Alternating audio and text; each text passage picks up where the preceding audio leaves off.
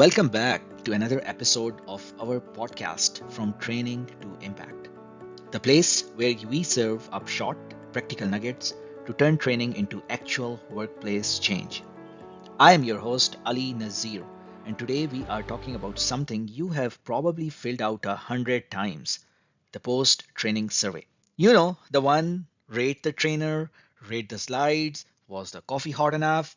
Now, don't get me wrong, surveys have their place. They tell us about the learning experience.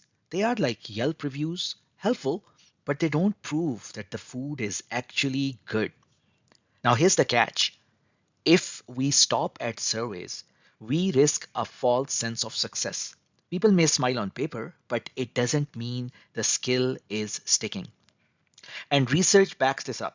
For example, a study by Lim in Human Resource Development Quarterly found that while learner satisfaction often shapes how people feel about what they learned, the actual transfer to the job can be a very different story. In other words, satisfaction is relevant, but it's not sufficient, which means happy forms is not equal to a changed behavior. So instead of only asking, did you enjoy the leadership workshop? Layer in something more actionable. Maybe a week later, ask the managers, did this employee run at least one team meeting where they practiced open ended questions that we probably practiced in the workshop? Or track whether the participants actually used the coaching template from the training by submitting one real example. So, see, now you are not just asking if they liked it, you are checking if the skill made it out of the classroom into the real world environment. And that's where the real impact starts. These quick checks are called lead measures, the early signs that change is happening.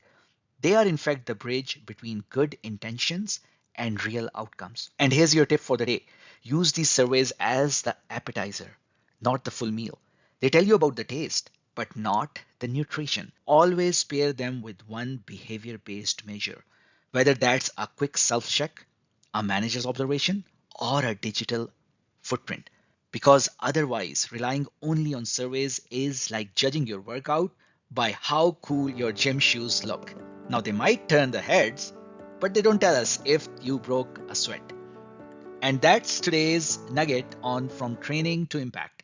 So, in our next episode, we'll dig into what is lead versus lag measures. Think of it this way: lag measures tell you the score after the game, while the lead measures let you adjust the playbook during the game. We'll break down how to use them so you're not stuck waiting until the end of the year to know if the training worked. Until then, I'd love to hear from you.